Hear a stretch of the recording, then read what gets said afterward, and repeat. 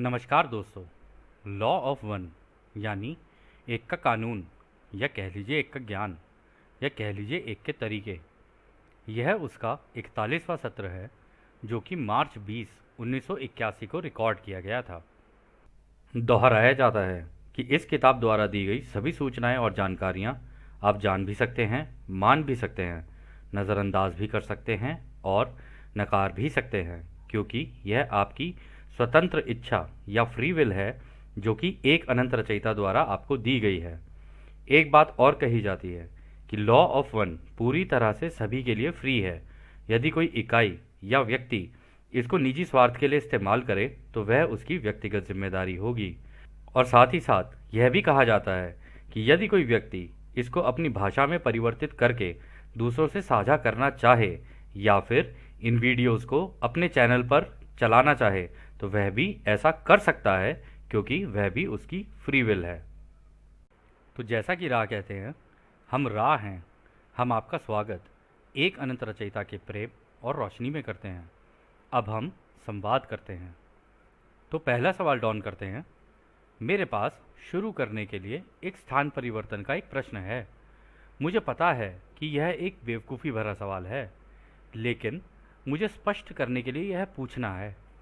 ऐसी संभावना है कि हमें भविष्य में इस स्थान से 1000 या अधिक मील की दूरी के किसी दूसरे स्थान पर जाना पड़ सकता है। क्या रा के साथ हमारे संपर्क पर इसका कोई प्रभाव पड़ेगा? तो रा इसका जवाब देते हैं, यह एक बेवकूफ़ी भरा सवाल नहीं है। स्थान का कोई अर्थ नहीं है। क्या हम रचना में नहीं हैं?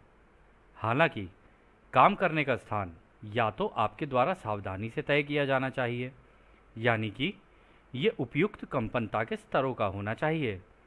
यहाँ यह सुझाव दिया जाता है कि शुरुआत करने से पहले उस जगह का शुद्धिकरण करना चाहिए और ध्यान के माध्यम से पूरा किया जाना चाहिए। यह भी आवश्यक है कि आप उस जगह की दीवारों या ज़मीन की अच्छी तरह से सफाई कर दें या उस हिस्से को रंग दें जो पुराने विचारों से बुरी तरह दाग धब्बेदार है। तो दोस्तों, यहाँ पर डॉन, कार्ला और जिम ये एक नई जगह पर शिफ्ट होने की बात कर रहे थे। तो इन्होंने कहा कि क्या इसका इम्पैक्ट हमारे इस जो हमारी चैनलिंग चल रही है इसके ऊपर पड़ेगा? तो रा ने कहा, नहीं नहीं, ये बेवकूफ़ी भरा सवाल तो नहीं है, लेकिन हाँ, जहाँ पर भी तुम जाओ ना वहाँ का शुद्धिकरण कर लेना। और शुद्धिकरण करने का मतलब वही है कि वहाँ पे पेंट वगैरह अच्छे से करवा के और साफ़ सफाई करवा के और फिर वहाँ पे जो भी तुम्हारे क्या कहते हैं शुद्धिकरण के तरीके हैं उनका इस्तेमाल करके और ध्यान में जाकर उस जगह को पहले शुद्ध कर लेना। और फिर उसके आगे जब तुम ये हमसे दोबारा कांटेक्ट करोगे या चैनलिंग करोगे तो हम अवेलेबल हो जाएंगे। तो अगला सवाल डाउन करते हैं। मैं लेसर पेंटाग्राम विधि से नकारात्मक ऊर्जाओं को निकालने वाले संस्कार यानी बैनिशिंग रिचुअल्स से परिचित हूँ। मैं बस यह सोच रहा था कि क्या यह संस्कार इस जगह को इस प्रकार के काम करने के लिए तैयारी करने में उपयोगी है? तो रा कहते हैं, हाँ, यह सही है। तो दोस्तों, लेसर पेंटाग्राम की भी एक विधि होती है, एक ये रिचुअल होता है जिसको करके जो नेगेटिव ऊर्जाएं हैं उन्हें भगाया जा सकता है वहाँ से। और इसी का अगर उल्टा इस्तेमाल किया जाए तो नेगेटिव ऊर्जाओं को बुलाया भी जा सकता है। ये दोनों तरीके से काम करता है, ये आपको आगे पता चलेगा। तो खैर, अगला सवाल डाउन करते हैं। तब आम तौर पर आप यह कह रहे हैं कि भले ही हम 1000 मील दूर चले जाएं, यदि हम सावधानी से उस जगह को तैयार करें जो हमें मिली है, भले ही वह जगह पहले दूसरों के द्वारा उपयोग में लाई गई हो, इसे संतोषजनक बनाया जा सकता है। क्या यह सही है? तो रा कहते हैं, हाँ, यह सही है। तो अगला सवाल डाउन करते हैं। शुरू से ही एक समझ बनाने की कोशिश में मुझे कठिनाई हो रही है जो अनंत बुद्धिमानिता से शुरू होकर और हमारे अस्तित्व के वर्तमान स्थिति तक पहुंचती है। लेकिन मुझे लगता है कि मुझे वापस सोचना चाहिए और हमारे सूर्य की जांच करनी चाहिए, क्योंकि यह उपलोगोस है जो उस सब का निर्माण करता है जो हम इस विशेष ग्रह यानी धरती पर प्रणाली में अनुभव करते हैं। क्या आप मुझे हमारे सूर्य के बारे में बता सकते हैं? तो राइस का जवाब देते हैं, यह एक ऐसा प्रश्न है जिसका जवाब आपकी भाषा में आसानी से नहीं दिया जा सकता है, क्योंकि सूर्य का रिश्ता अनंत रचयिता की अनंत बुद्धिमानिता से, बुद्धिमान ऊर्जा से और प्रत्येक ग्रह की प्रत्येक घनत्वता से कई प्रकार से है। इसके अलावा यह भिन्नता आगे बढ़कर आध्यात्मिक रूप से या स्थान समय में भी है, आपकी रचना का हिस्सा है, यानी कि आध्यात्मिक रूप से भी इसका संबंध है। तो दोस्तों यहाँ पर राज जो कह रहे हैं ना, वो कह रहे हैं कि ये जो सूर्य जो है ना, ये अनंत बुद्धिमानिता का मतलब हो गया ये जितना भी अंधेरा है जिसमें ये सारी तरंगे हैं उनसे भी है, ठीक है, और अनंत ऊर्जा से भी है, क्योंकि इन्हीं तरंगों के अंदर रचयिता जो है तरंगे बन के बह रहे हैं। तो वो जो तरंगे बन के बह रहे हैं उसके अंदर वो चारों प्राइमल फोर्सेस हमने आप लोगों को बताई थी, जो चार ऊर्जाएं बताई थी, वो चार ऊर्जा जो है ना उन्हीं को अनंत ऊर्जा कहा जाता है, उससे भी है। प्लस ये जितने भी सूरज हैं इनकी वजह से जितनी भी घनत्वताएं बनती हैं दूसरे ग्रहों पर जिनका हम लोग अनुभव करते हैं, वो उसका भी रिश्ता इसी से ही है, क्योंकि वो भी तरंगे ही हैं। वो जितनी भी घनत्वताएं बनेंगी वो भी तरंगों से ही बनेंगी। कुछ धीरे काँप रही होंगी, कुछ तेज काँप रही होंगी, कुछ दृश्य होंगी, कुछ अदृश्य होंगी। इसी तरीके से ये सारी की सारी जो है क्रिएशन होती है। फिर उसमें वो आगे कहते हैं, अनंत बुद्धिमानिता के संबंध में सूरज का शरीर अनंत रचना के सभी भागों में समान रूप से है, उस एक अनंत का हिस्सा है। अनंत रचयिता की अनंत बुद्धिमानिता जो बुद्धिमान ऊर्जा का उपयोग करती है, लोगोस बहुत अधिक संख्या में उपलोगोस बनाते हैं, जो सभी उस लोगोस के संतान या वंशज होते हैं। उनका संबंध वर्गीकृत हायरार्कियल होता है, जिसमें उपलोगोस यानी कि सूर्य लोगोस द्वारा तय किए गए तरीकों से बुद्धिमान ऊर्जा का उपयोग करते हैं और अपनी स्वतंत्र इच्छा का इस्तेमाल करके अपनी घनत्वता का पूरी बारीकियों के साथ सह निर्माण करते हैं, जिसका आप अनुभव करते हैं। तो दोस्तों उन्होंने देखो बोल ही दिया है, उन्होंने कहा सूरज का जो शरीर है ना वो अनंत रचना में समान रूप से अलग अलग हिस्सों में है।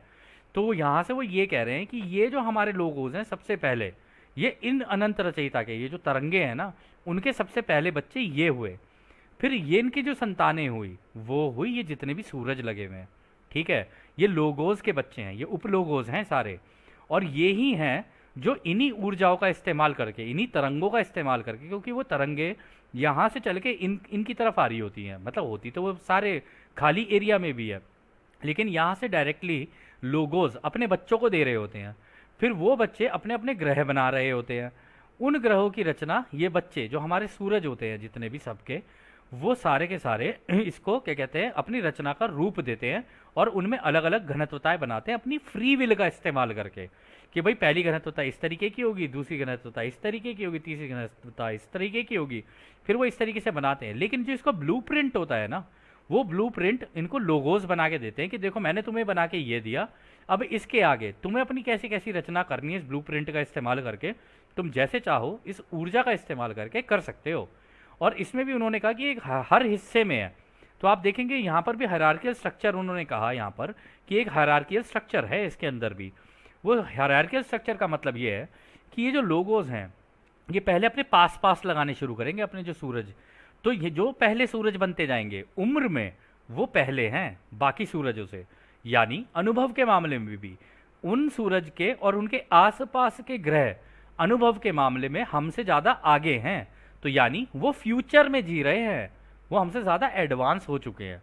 और जितनी ज़्यादा बाहर बाहर होते जाएंगे ना वो बाद में बनने शुरू होंगे। तो ये जितने भी हैं ना आप लगा लो 200 बिलियन या ट्रिलियन जितने भी आप मान लो इनको, ये सारे के सारे हमारे लोगोस के वंशज हैं और हम सारे के सारे हमारे सूरज के वंशज हैं, यानी कि हम सारे के सारे सूर्यवंशी हैं।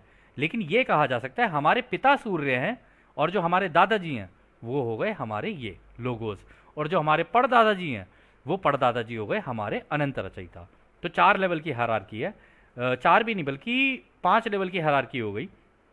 हम हुए हमारी धरती के बच्चे, धरती हुई सूरज की बच्ची, या फिर कह लो सूरज की वाइफ भी कह सकते हो, ठीक है, या फिर आप ये भी कह सकते हो इन दोनों का आपसी रिश्ता है, ठीक है। लेकिन अगर हम केवल बच्चे बच्चे के हिसाब से अगर हायरार्की को समझें तो हम हुए धरती के बच्चे, फिर धरती हुई सूरज की बच्ची यानी सूरज हो गए हमारे दादाजी, ठीक है, और फिर यहाँ से ये हमारे लोगोस हुए हमारे परदादाजी, और जो हमारी ये अनंत रचयिता है जो ये तरंगे हैं वो हो गए हमारे परदादाजी।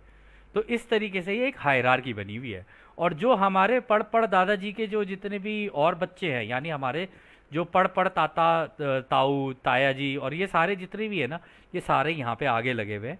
और हमारे बाकी जो भाई बहन होंगे वो इन ग्रहों के ऊपर होंगे। इसका मतलब हमारे कजिन्स हैं ये सारे के सारे, जितने भी हैं बाकी ग्रहों पे जितने भी रह रहे हैं ना, हम सारे के सारे आपस में भाई बहन हैं और कजिन्स हैं। तभी रा ने हम लोगों को अपना भाई बहन बोला है। वो इसलिए क्योंकि सारे के सारे अलग अलग ग्रहों पे कुछ आगे हैं हमसे, कुछ हमसे पीछे चल रहे होंगे। वास्तविकता में हमारी जो धरती है ना, वो इस कुंडलीदार प्रक्रिया में थोड़ा यहाँ पर है, बाहर की तरफ, इधर कहीं काफ़ी बाहर की तरफ है। आप मान लीजिए कहीं यहाँ, या हो सकता है कि यहाँ कहीं हो, ठीक है, या ये फिर यहाँ पर भी हो सकती है। लेकिन हमारे बड़े भाई बहन जितने भी हैं ना, वो सारे के सारे यहाँ पर हैं। और वो भी एडवांस कर रहे हैं, हमसे तो खैर बहुत ही ज़्यादा एडवांस है, लेकिन वो भी धीरे धीरे आध्यात्मिक रूप पर, या कह लो आध्यात्मिक रास्ते पर चल के आगे निकल रहे हैं। फिर वो आगे कहते हैं, घनत्वता के संबंध में सूर्य के शरीर को भौतिक रूप से गैसीय तत्वों का एक बड़ा पिंड माना जा सकता है, जो घुलने मिलने की प्रक्रिया यानी फ्यूजन से गुजर रहा है और गर्मी और प्रकाश को फैला रहा है। तो दोस्तों, साइंस के अकॉर्डिंगली अगर देखा जाए तो सूरज के अंदर बोला जाता है हीलियम है, और वो जो हीलियम है ना, आपस में हाइड्रोजन की तरह जैसे होता है ना, आपस में फ्यूजन कर रहे हैं, मतलब आपस में कण कण जो है एक दूसरे से टकरा रहे हैं। और वो जब वो टकराते हैं ना, उसकी वजह से सोलर फ्लेयर्स और ये सारी चीज़ें चल रही होती है। उसी की वजह से सूरज के अंदर से रोशनी आ रही होती है, और वो जो रोशनी आ रही होती है वो रचयिता की अनंत ऊर्जा ही है, और रचयिता की ही अनंत रोशनी है। वो आ रही होती है और अपने आप को फैला रही होती है चारों तरफ। लेकिन गर्मी का कारण जो है वो है बाहर जो लगी हुई हमारी क्वारंटीन, या कह लो बाहर के जो हमारा एटमॉस्फेयर है, उसके ऊपर जब वो रोशनी पड़ती है, उनके अंदर के जो कण कण हैं, उनके अंदर आपस में जब टकराना शुरू होता है, जैसे हम हाथ घिसते हैं, उससे वो गर्मी पैदा होती है। फिर आगे रहा कहते हैं, आध्यात्मिक रूप से यदि हम सूर्य के शरीर की प्रकृति को समझें, तो सूर्य चौथी से सातवीं घनत्वता तक उन घनत्वता के व्यक्तियों की बढ़ती क्षमता के अनुसार अपने और दूसरों की जीवित रचना की प्रकृति को पहचानता और जानता है। यही सूर्य का मतलब है और यही उसकी वास्तविकता है। इस प्रकार छठी घनत्वता की इकाइयों द्वारा सूर्य के अंदर जाया जा सकता है और वहां रहा भी जा सकता है। वे वहां समय स्थान में रहते हैं, और यहां तक कि आंशिक रूप से इसे छठी घनत्वता की इकाइयों के विकास क्रम की प्रक्रियाओं द्वारा पल पल बनाया जा सकता है। तो दोस्तों, यहाँ पर पता है रा क्या कह रहे हैं? रा कह रहे हैं चौथी घनत्वता से लेकर सातवीं घनत्वता तक के जितने भी होते हैं जो दूसरों की सेवा के रास्ते पर चल रहे हैं, क्योंकि सारे अंत में तो देखो सारे के सारे चौथी छठी घनत्वता तक पहुँचते पहुँचते सारे ही उसमें हो जाते हैं, मतलब यूनिटी में आ जाते हैं, यानी दूसरों की सेवा के रास्ते पर ही आ जाते हैं सारे के सारे। तो रा ने ये कहा है, हम चौथी, पांचवी और छठी तीनों घनत्वताओं के जो लोग हैं ना, उनके जीवित रचना की प्रकृति को पहचानते हैं, क्योंकि वहां पर जाके ना उनके हल्के शरीर होने शुरू हो जाते हैं, सोच एक हो जाती है, और एक सोशल मेमोरी कॉम्प्लेक्स यानी एक झुंड बन जाता है। तो ये झुंड के झुंड, इन पूरे झुंडों की जो सोच है, जो उनकी कर्म है, जिस तरीके से वो चल रहे होते हैं एक ही दिशा के अंदर, तो उनको रा और अच्छे से समझ पाते हैं। ऐसा नहीं है वो हमें नहीं समझते, हमें भी समझते हैं, लेकिन उनको और बेहतर तरीके से समझ पाते हैं, क्योंकि सारे के सारे एक दिशा में हैं। और इसी को उन्होंने कहा यही इसका मतलब है सूरज का, और यही उसकी वास्तविकता भी है।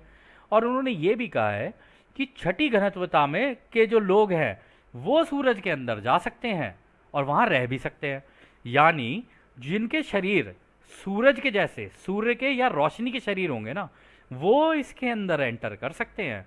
तो कहने का मतलब है, अगर हम लोग यहाँ से देखें ना, तो जितने भी ये सूरज होंगे, ठीक है, इन चाचा ताऊ के जितने भी रिश्तेदार हैं ना, आपस में भाई भाई जितने भी हैं, ये सारे के सारे सूरज के अंदर जा भी सकते हैं, एक दूसरे से मिल भी सकते हैं, वीकेंड पे पार्टी भी हो सकती है, मस्ती भी हो सकती है, सब कुछ हो सकता है इनका, आपस में घुल मिल भी सकते हैं, और एक दूसरे से आध्यात्मिक लेसन्स भी ले सकते हैं। तो अगर मान लो बाहर का कोई सूरज है, उन्हें कोई ज्ञान चाहिए, तो दूसरे सूरज का कोई भी आके उनको ज्ञान दे सकता है। हालांकि वो तो टेलीपैथी के थ्रू कनेक्टेड रहते हैं सारे के सारे आपस में, सारे आपस में इस रोशनी की वजह से जो अनंत रचयिता के अंदर से चल रही है, और जो हमारे ये लोगोज हैं, हमारे जो पढ़ दादा हैं, उनके अंदर से जो चल रही होती है, सारे ही कनेक्टेड रहते हैं, क्योंकि सबके दिमाग टेलीपैथी के थ्रू इनके साथ कनेक्टेड रहते हैं, और यहीं से सबको नॉलेज मिल रही होती है। तो जिसको जो नॉलेज चाहिए होती है ना, सब अपनी यहाँ पे वापस ट्रांसफ़र कर रहे होते हैं, और वापस से यहाँ से एक दूसरे को ट्रांसफ़र कर रहे होते हैं। वो रा को दे रहे होते हैं, रा पाँचवीं वालों को दे रहे होते हैं, पाँचवीं वाले चौथी वालों को दे रहे होते हैं, चौथी वाले तीसरी वालों को दे रहे होते हैं। लेकिन इसका तरीका ये है मांगना। अगर आप मांगोगे तो आपके पास इन्फॉर्मेशन आ सकती है, और आप डायरेक्टली चाहो तो सूरज के अंदर से भी इंफॉर्मेशन ले सकते हो और यहाँ से पढ़ दादाजी से भी आप इंफॉर्मेशन ले सकते हो। और इसके अंदर रा ने ये कहा कि हम लोग सारे मतलब इस तरीके से अपने यहाँ पर पल पल मतलब विकास क्रम में आगे बढ़ते हैं और इन प्रक्रियाओं का इस्तेमाल करके इनको बनाते भी हैं। तो कहने का मतलब है सूरज के अंदर एक एनवायरनमेंट है रहने लायक, ठीक है, लेकिन वो छठी घनत्वता के लोगों के लायक ही है। जैसे हमारे ग्रह पे हमारा है, वहाँ छठी घनत्वता के लोग रह सकते हैं। और वो कहते हैं कि जैसे हम लोग भी अपने घर बनाते हैं ना, उस तरीके से वो भी अपने रोशनी के उस तरीके की चीज़ें अपने अंदर बनाते हैं, ठीक है। उनका भी एक विकास क्रम है, उनके भी घर होते होंगे, उनके भी बच्चे होते होंगे, उनकी भी ज़िंदगी आगे चलती होगी। तो इस तरीके से वहाँ पर सारी चीज़ें चलती हैं। और उन्होंने कहा वो वहाँ पर समय स्थान में रहते हैं। समय स्थान का मतलब ये है वो हमारे लिए अदृश्य हैं, अंदर वो अदृश्य रहते हैं। और दोस्तों आप लोग ये शायद जानकर हैरान होंगे, सूरज के अंदर का जो एनवायरनमेंट है ना वो सुपर कोल्ड है, सुपर कोल्ड, वो गर्म नहीं है। ये कुछ अजीब सी विडंबना है बट है ऐसा ही। और लेकिन वहाँ से रोशनी आती है और ये बहुत ठंडी रोशनी होती है। जब ये पड़ती है ना बड़ी तेज़ी से, और जो कण कण जो होते हैं उनमें जब घिसना शुरू होते हैं, आपस में टकराने शुरू होते हैं, उसकी वजह से गर्मी हो रही होती है ये। लेकिन अंदर से सूरज बिल्कुल ठंडा है। फिर अगला सवाल डाउन करते हैं, आपके पिछले बयान में क्या आपका मतलब यह था कि छठी घनत्वता वाली इकाइयाँ वास्तव में अपनी घनत्वता में सूर्य को मैनिफेस्टेशन बना रही हैं? क्या आप समझा सकते हैं कि आपका इससे क्या मतलब था? तो देखो डॉन ने भी वही कहा। तो आप ये कह रहे हो कि छठी घनत्वता वाले अंदर जो लोग रहते हैं वो मैनिफेस्टेशन कर रहे हैं, मतलब चीज़ें बना रहे हैं क्या अपनी सोच का इस्तेमाल करके, या जैसे भी हैं चीज़ें क्या मैनिफेस्ट कर रहे हैं, वहाँ पे बना रहे हैं क्या? तो रा कहते हैं इस घनत्वता में कुछ इकाइयाँ जिनके प्रजनन बच्चे पैदा करने का साधन घुलने मिलने की प्रक्रिया यानी फ्यूजन है, वे अनुभव के इस हिस्से को सूर्य के शरीर के अस्तित्व के हिस्से के रूप में करना चुन सकती हैं। इस प्रकार आप उस प्रकाश के अंशों के बारे में सोच रहे हैं जो आपको छठी घनत्वता वाले प्रेम की अभिव्यक्ति से पैदा हुई संतान के रूप में प्राप्त होते हैं। तो दोस्तों देखो कितना सुंदर कहा उन्होंने कहा कि हमारे यहाँ पर भी बच्चे पैदा होते हैं, हमारे यहाँ पर भी प्रजनन की प्रक्रिया है। कहते हैं ये जो हमारा फ्यूजन होता है ना, ये जो हम आपस में फ्यूज करते हैं एक दूसरे को, इस क्या कहते हैं इस गायब रह के इसी एनवायरनमेंट अपने सूरज के अंदर के एनवायरनमेंट में हमारी जो प्रेम क्रिया होती है ना, उस प्रेम क्रिया से हमारे यहाँ पर बच्चे पैदा होते हैं। और ये जो बच्चे पैदा होते हैं ना, इनकी वजह से ही ये रोशनी तुम्हारी तरफ जा रही होती है, वो हमारे बच्चों की ही रोशनी होती है जो तुम्हारी तरफ पहुँच रही होती है। और वो कहते हैं इस तरीके से तुम हमारे उस खुशी को, उन बच्चों की जो रोशनी है उस फ्यूजन की वजह से, ठीक है, जो रोशनी क्रिएट होती है वो ही हमारा प्रेम है जो तुम्हारे यहाँ पर तुम जिसका वो ले रहे होते हो, क्या कहते हैं अनुभव ले रहे होते हो, ये तुम हमारी संतान के रूप में प्राप्त करते हो इनको। कि मतलब हमारे बच्चे हुए तो उससे जो रोशनी निकलेगी वो तुम लोगों की तरफ आती है और वो तुम्हारी रचना में तुम्हारी मदद करती है। तो दोस्तों ये बात जानकर बड़ा अच्छा लगा होगा आपको, हम सब के सब सूर्यवंशी ही हैं और आगे जाके हम सबको ये सारी चीज़ें करनी है, सूरज का भी अनुभव लेना है। हमारे भी यहाँ पर जिस तरीके से बच्चे पैदा करने का ये प्रक्रिया होती है, वहाँ जाके वो बच्चे पैदा करने की प्रक्रिया चेंज हो जाएगी, तब फ्यूजन होगा। तब क्योंकि आप प्योर रोशनी हो, ऊर्जा हो, आपस में ऊर्जा घुल मिलती है, उसकी वजह से उनके बच्चे पैदा होते हैं। और उन बच्चों के पैदा होने की वजह से बाकी जितनी भी घनत्वताएं हैं उनका भी निर्माण होता है, और ग्रहों पे जितनी भी प्रक्रिया चल रही होती है, जब सारी चीज़ें चल रही होती हैं वो उसी के कारण चल रही होती हैं। फिर डॉन अगला सवाल करते हैं, तब क्या आप कह सकते हैं कि छठी घनत्वता वाली इकाइयाँ इन तरीकों का इस्तेमाल कर रही हैं ताकि वो अनंत रचयिता के साथ अधिक निकटता से सहनिर्माता बन सकें? तो रा कहते हैं यह बिल्कुल सही है। इसे गेटवे घनत्वता के अनुभवों की तलाश में छठी घनत्वता के आखिरी हिस्सों में देखा गया है। तो देखा, रा ने बोल दिया है कि हम भी गेटवे घनत्वता के अंदर जाने की कोशिश कर रहे हैं। गेटवे घनत्वता हो गई, अब हमारी भी यही इच्छा है कि हम भी अपने अनुभव जब हमारे पूरे हो जाएंगे और जब हम अपने ऑक्टेव में सीखते सीखते सीखते सीखते आगे निकलेंगे ना, तब हम भी एंड में जाके घुस जाएंगे अपने परदादा जी के पास, मतलब हमारे दादाजी के पास, या कह लो हमारे पिता के पास, क्योंकि वो इनके तो पिता ही हुए ना ये लोगोज। तो कह रहे कि फिर हम उनके पास चले जाएंगे, यानी हमारे पड़ दादाजी के पास चले जाएंगे। तो कह रहे कि हम उनके पास चले जाएंगे, ये हमारी गेटवे है। गेटवे मतलब ये इसी द्वार से सारी चीज़ों की रचना हुई है, इसी द्वार से सारी चीज़ें निकली हैं। तो फिर अगला सवाल डॉन करते हैं, धन्यवाद। अब मैं ये जांच करना चाहता हूँ, जैसे पहली घनत्वता बनती है तब क्या होता है, और ये ऊर्जा के केंद्र कैसे पहले जीवों को बनाती हैं। पहले मैं आपसे पूछता हूँ कि क्या यह पूछने का कोई अर्थ है कि सूर्य के खुद की भी कोई घनत्वता है, या इसमें सभी घनत्वताएं हैं। अच्छा सवाल है। वो कह रहे कि सूरज की क्या अपनी कोई घनत्वता है, या सूरज के अंदर भी कुछ घनत्वताएं बनी हुई है, जैसे 1 2 3 4 5 6 7। क्योंकि जैसे हमारा ग्रह है, हमारे ग्रह पर भी तो सारी घनत्वताएं बनी हुई है ना, पहली भी है, दूसरी भी है, तीसरी भी है, चौथी भी है, पांचवी भी है तो सारी एक्टिवेट धीरे धीरे करके होती है बाद में सारी। जैसे जैसे अनुभव कंप्लीट होते चले जाते हैं वैसे वैसे वो एक्टिवेशन में आती रहती है। उनकी टाइमलाइन होती है, उतने टाइमलाइन में वो एक्टिवेट होती चली जाती है। तो राय इसका जवाब देते हैं, उपलोगोज में सारे अष्टक होते हैं, और वह ऐसी व्यक्ति नहीं है जो आप जैसे व्यक्तियों के सीखने सिखाने का अनुभव करती हैं। तो वो कह रहे कि देखो, ऑक्टेव तो हमारे यहाँ पर भी सारे ही होते हैं, ऐसा नहीं है कि हमारे यहाँ पर नहीं है। तो मतलब सारी घनत्वताएं हमारे यहाँ पर भी होते हैं, लेकिन हमारे यहाँ पे ऐसे व्यक्ति नहीं होते या ऐसी इकाइयाँ नहीं होती जैसे कि आपके यहाँ पर अनुभव करने के लिए होते हैं, सीखने और सिखाने के लिए। मतलब हमारे जैसे लोग उसके अंदर नहीं होते हैं। तो फिर अगला सवाल डॉन करते हैं, जब पहली घनत्वता बनती है तो मैं मेरी समझ के हिसाब से एक बयान देने जा रहा हूँ, और यदि ये गलत है तो आप मुझे सही कीजिए। मैं सहज रूप से एक ऊर्जा केंद्र द्वारा निर्मित पहली घनत्वता को देखता हूँ, जो एक भंवर यानी वॉर्टेक्स की तरह है। यह भंवर तब इन घुमावदार स्पिनिंग गति का कारण बनता है, जिसका मैंने पहले रोशनी के बारे में उल्लेख किया है। कंपनता जो कि रोशनी है, जो पहली घनत्वता की सामग्री में जमना शुरू हो जाता है। क्या यह सही है? तो दोस्तों, यहाँ पर जो डॉन ने सवाल किया ना, उन्होंने कहा कि पहली घनत्वता में इसका मतलब ये है ना, छोटे छोटे फोटॉन्स ये बनने शुरू होते होंगे। मेरा ऐसा मानना है कि ऊर्जाएं सारी एक जगह इकट्ठी होती होंगी, और पहली घनत्वता में सबसे पहले यहाँ पे फोटॉन्स बनते होंगे। क्या ऐसा है? तो राय इसका जवाब देते हैं, जहाँ तक आपके तर्क ने आपको पहुँचाया है यह सही है। हालांकि यह बताना ठीक है कि पहली घनत्वता में स्थान समय निरंतरता कंटिनम में प्रवेश करने से पहले लोगोस के पास अष्टक की सभी घनत्वताओं के संभावित पूर्णता की योजना है। इस प्रकार ऊर्जा केंद्र मैनिफेस्ट होने से पहले मौजूद हैं।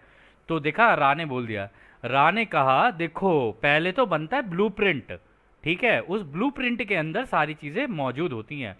कहने का मतलब ये है कि ये जब सूरज बनते हैं ना, सूरज बनने के बाद बाहर के जो ग्रह लगाते हैं वो ये ही लगाते हैं, परदादा जी ही लगाते हैं।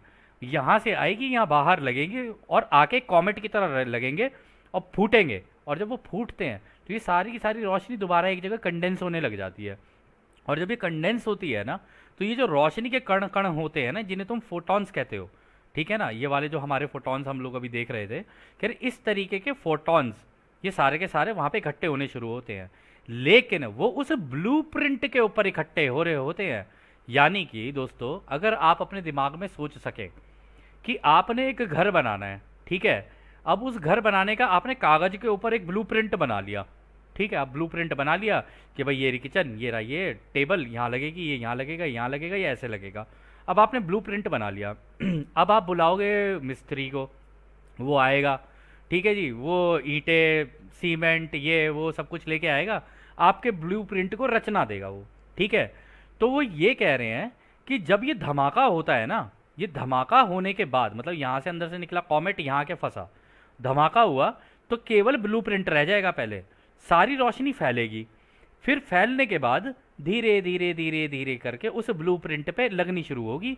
जैसे कि हम घर के अंदर दीवारों पे ईंटें लगाने की कोशिश करते हैं कि भाई एक ईंट लगेगी, फिर दूसरी ईंट लगेगी, फिर तीसरी ईंट लगेगी, ऐसे करते करते करते करते करते पूरा घर तैयार होता है।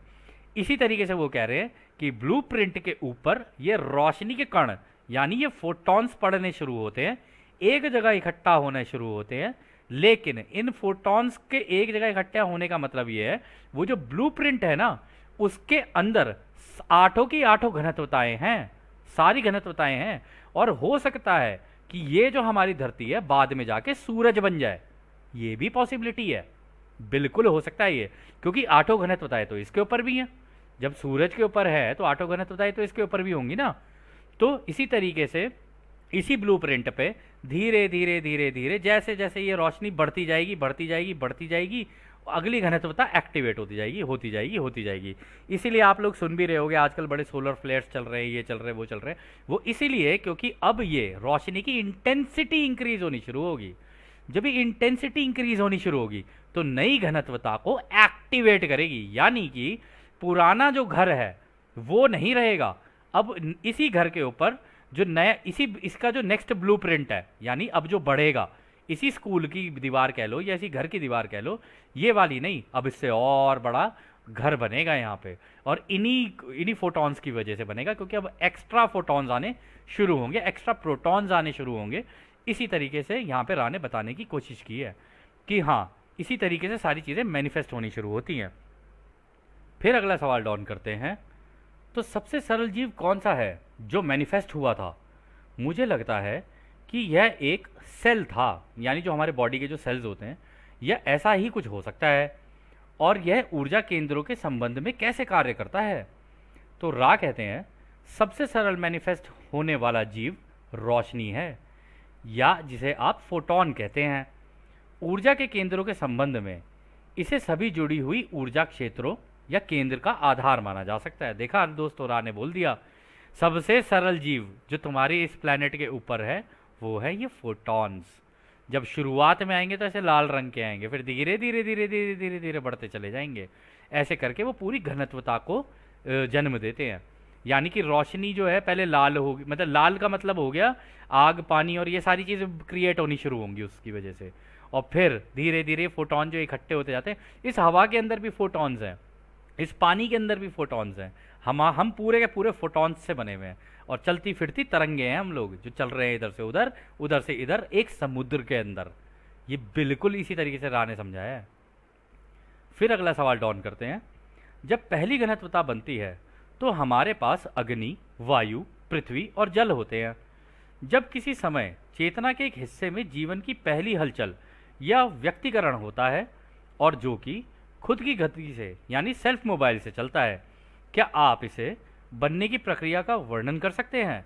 और इसमें किस प्रकार का ऊर्जा केंद्र होता है? तो यहाँ पे डॉन पूछ रहे कि आप ही ने बताया था कि भाई पहले अग्नि, वायु, पृथ्वी और जल होते हैं, तो इसके अंदर कहीं ना कहीं हलचल होती होगी, क्योंकि आपने कहा था कि हर चीज़ पहले केओस से शुरू होती है, यानी एक अफरा तफरी सी होती है, फिर उसके बाद अपना एक रूप लेनी शुरू करती हैं, फिर उनका एक व्यक्तिकरण होता है, यानी वो एक रूप लेना शुरू करेंगी। कहते फिर वो धीरे धीरे अपनी खुद की फ्री विल यानी अपनी आज़ादी से चलना शुरू करती हैं। तो आप मुझे क्या इसकी पूरी प्रक्रिया का वर्णन कर सकते हैं कि ये कैसे होती है?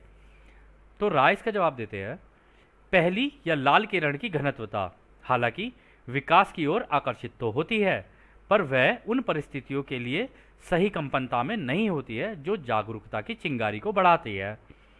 जैसे इस कंपनता की ऊर्जाएं लाल से नारंगी रंग की ओर जाती हैं, तो उस कंपनता से ऐसा माहौल बनता है कि वो उन रासायनिक पदार्थों को उत्तेजित करता है जो कि हाल ही में निष्क्रिय या जड़ था, ताकि इस तरह से इकट्ठा हो सके कि प्रेम और रोशनी विकास के कार्य को शुरू कर सके। तो देखा, उन्होंने बोला ये जो लाल वाली किरण होती है ना, यानी रेड रे जो होगी, आपके रेड कलर के जो फोटॉन्स होंगे पहले शुरुआती दौर में, कहते कि वो जागरूकता को तो चिंगारी नहीं देती है, लेकिन एक बेसिक स्ट्रक्चर बना देती है।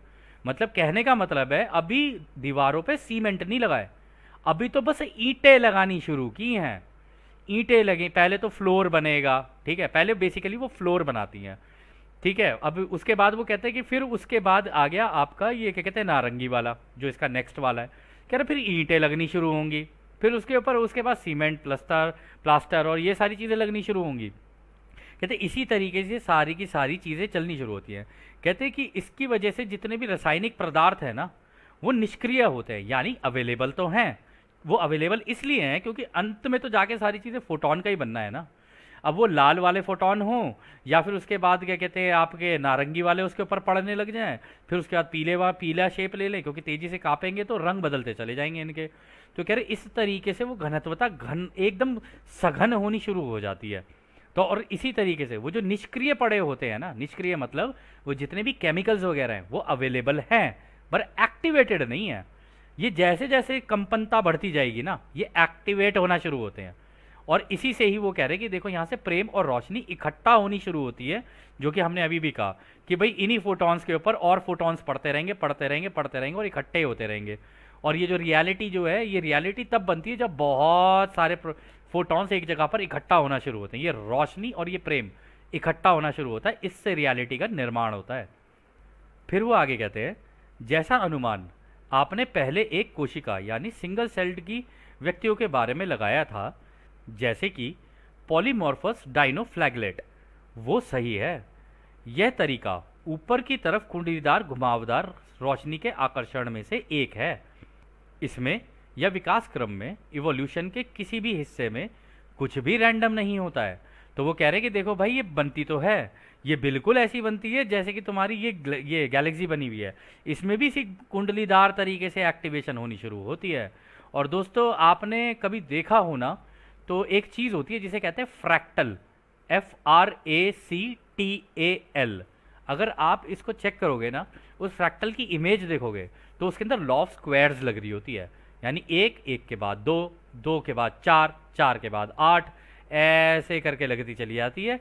इसी तरीके से ये पूरा निर्माण गैलेक्सी का भी होता है, इसी तरीके से निर्माण सूरज का भी होगा, इसी तरीके से हर ग्रह की हर चीज़ का निर्माण ऐसे ही होता है।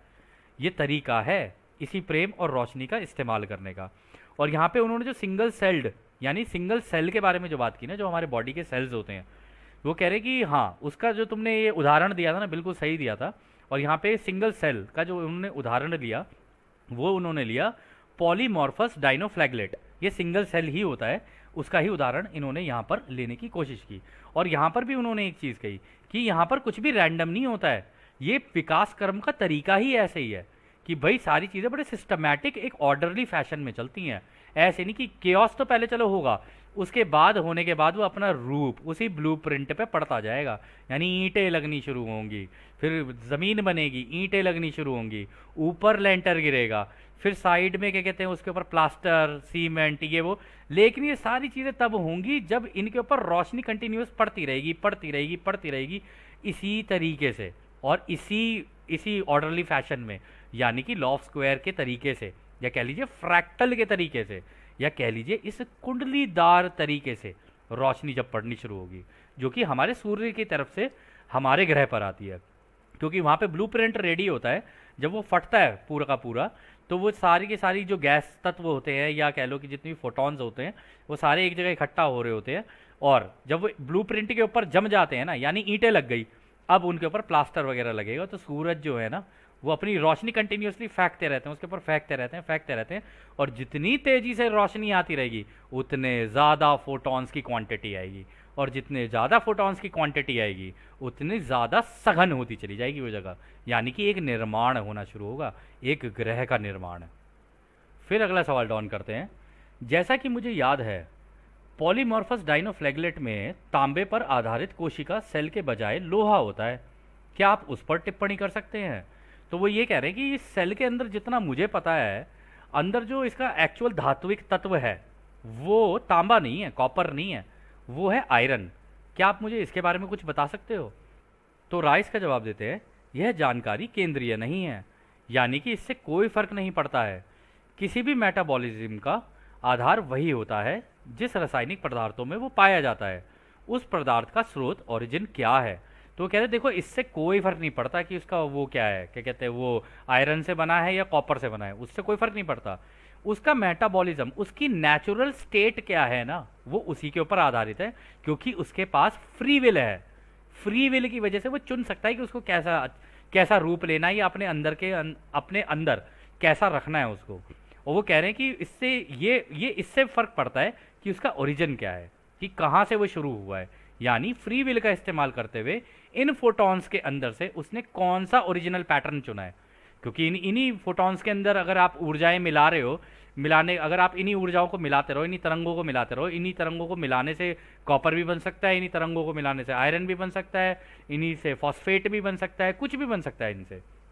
तो उनमें से अपनी आज़ादी का इस्तेमाल करके वो सिंगल सेल क्या चुनता है ना, उससे उसका खुद का मेटाबॉलिज्म डिसाइड होता है, और उसी से उसकी अपनी खुद की रचना डिसाइड होती है, और उसी से पता चलता है कि हाँ भाई मेरा शरीर कैसा होगा, या मैं आगे जाके कैसे बढ़ूंगा, और उसी दिशा में वो निरंतर बढ़ता है। फिर अगला सवाल डॉन करते हैं, मैं इस पर इसलिए टिप्पणी कर रहा था क्योंकि यह दर्शाता है कि हमारे पशुओं के जीवन की गति में तांबे पर आधारित कोशिकाएं सेल्स हैं, फिर भी इसमें पौधे के जीवन की लोहे पर आधारित कोशिकाएं हैं, जो संभवतः पौधे से जानवर में परिवर्तन का संकेत देती हैं। क्या मैं गलत हूँ? मेरी याददाश्त इस पर थोड़ी अस्पष्ट है। तो दोस्तों यहाँ पे डॉन कह रहे हैं कि मेरे अंदाजे से, मतलब जितना मैं इसलिए टिप्पणी कर रहा था, इसलिए बोल रहा था क्योंकि मुझे ऐसा जो मेरे को पता है वो ये है कि ये जो हमारे पेड़ पौधे होते हैं ना, इनके अंदर आयरन ज़्यादा होता है। इनके बेसिक सेल जो है वो आयरन है, जबकि हमारे पशुओं के जो बेसिक सेल्स हैं, जो हमारे जानवर वगैरह होते हैं, इनके जो बेसिक सेल्स हैं उनमें कॉपर की मात्रा ज़्यादा होती है ना। तो मुझे लगता है कि ये अच्छा आयरन से कॉपर में ट्रांसफ़र करते होंगे, कुछ ऐसा होता होगा। क्या ये सही है? तो राय इसका जवाब देते हैं, ऐसा नहीं है कि आप गलत हैं, लेकिन ऐसी जानकारी से कोई निष्कर्ष नहीं निकालना चाहिए। सचेत व्यक्तियों के लिए कई अलग अलग प्रकार के आधार हैं, न केवल इस ग्रहों के क्षेत्र पर, लेकिन काफ़ी हद तक अन्य उपलोगों के ग्रहों के क्षेत्र पर पाए जाने वाले रूपों में भी इनके आधार हैं। रासायनिक वाहन वह है जो सबसे सुविधाजनक रूप से चेतना को धारण करता है। चेतना का कार्य एक भौतिक वाहन की रासायनिक बनावट के बजाय उसकी रुचि का विषय है, यानी कि चेतना अपनी इच्छा से कार्य करती है, उसकी बनावट से इसका कोई संबंध नहीं है।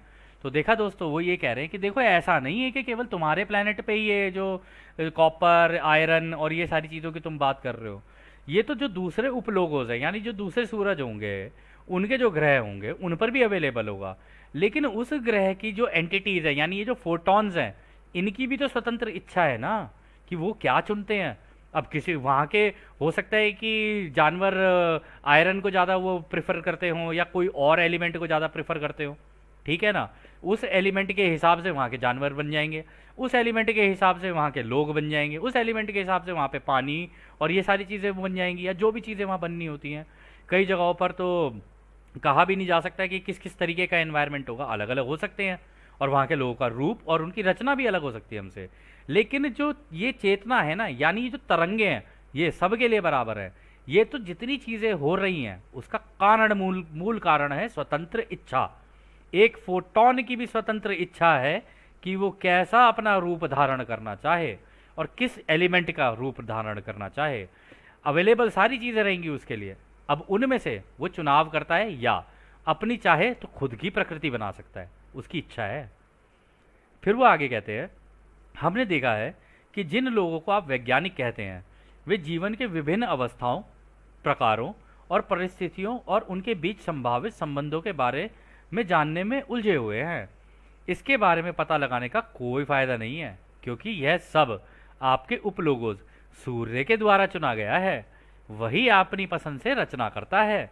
तो वो कह रहे कि देख लो, कह रहे हमारी भी तो फ्री विल थी यार, हम भी तो इस प्लैनेट को बनाना चाहते थे। कह रहे तो हमने भी अपनी फ्री विल से जो जो चीज़ें हमें लगी ठीक, अब इस ब्लूप्रिंट के अंदर कौन सी चीज़ कहाँ जानी चाहिए, हम भी तो अपनी उतनी ही रोशनी वहाँ पर डाल रहे हैं कि यहाँ पर इतने फोटोन इकट्ठे हो जाने चाहिए, यहाँ पर इतने हो जाने चाहिए। इसलिए आप लोगों ने दोस्तों नोटिस किया होगा इस धरती के ऊपर कि कई जगहों पर रचनाएं हो रही हैं, अभी भी हो रही हैं। कई जगहों पर पेड़ पौधे हो उग रहे हैं, कई जगहों पर ख़त्म हो रहे हैं, कई जगहों पर नए नए पहाड़ क्रिएट हो रहे हैं, कई जगहों पर कुछ क्रिएट हो रहा है, कई जगहों पर कुछ क्रिएट हो रहा है। उसका कारण ही यही है क्योंकि ये जो ब्लूप्रिंट उनको बना के दिया गया है ना, उसमें हमारे सूरज वो भी तो अपना एक्सपेरिमेंट कर रहे हैं, अपनी रोशनी भेज भेज के वो भी तो अपने फोटॉन्स को भेजे जा रहे हैं। कहीं पे ज़्यादा कर देते हैं इकट्ठे, कहीं पे कम इकट्ठे कर देते हैं। जहाँ ज़्यादा इकट्ठे हो जाएंगे वहाँ पे हार्ड हो जाएंगी चीज़ें, जहाँ कम इकट्ठा करते हैं वहाँ पे हल्की हो जाएंगी चीज़ें। इसी तरीके से पानी का निर्माण हुआ, इसी तरीके से पहाड़ों का निर्माण हुआ, इसी तरीके से पेड़ पौधों का और हर चीज़ का निर्माण हुआ। लेकिन वो वहाँ पे डाल तो देते हैं, लेकिन उनको अपनी स्वतंत्र इच्छा भी दे देते हैं। अब तुम्हें जो करना है तुम कर सकते हो, तुम जैसा चाहो वैसा रूप ले लो, तुम्हारी इच्छा है। तो उन्होंने पहले से ही डिसाइड करके अपने ब्लूप्रिंट के अंदर अपना एक रूप लिया होता है। ये तो बस केवल उसके ऊपर रोशनी डाल डाल के, उसके ऊपर ये फोटॉन्स की बरसात कर करके ना उनको रूप देना शुरू कर देते हैं। इस वजह से हर चीज़ का रूप अलग होता जाता है। तो खैर दोस्तों, यह सत्र काफ़ी लंबा था और हम इसको हो सकता है 2 भागों में या हो सकता है 3 भागों में करें, क्योंकि काफ़ी सुंदर है और इसमें रचना का निर्माण कैसे होता है और ये सारी चीज़ें बताई गई हैं। तो अब हम दोस्तों आपको इसको अगले सत्र में कंटिन्यू करेंगे, और जैसा कि राह हमेशा कहते हैं, अब हम आपको उस एक अनंत रचयिता के प्रेम, उसकी रोशनी, उसकी शक्ति और उसकी शांति में छोड़कर चलते हैं। आदने हमारे दोस्तों, आदने वासु। धन्यवाद।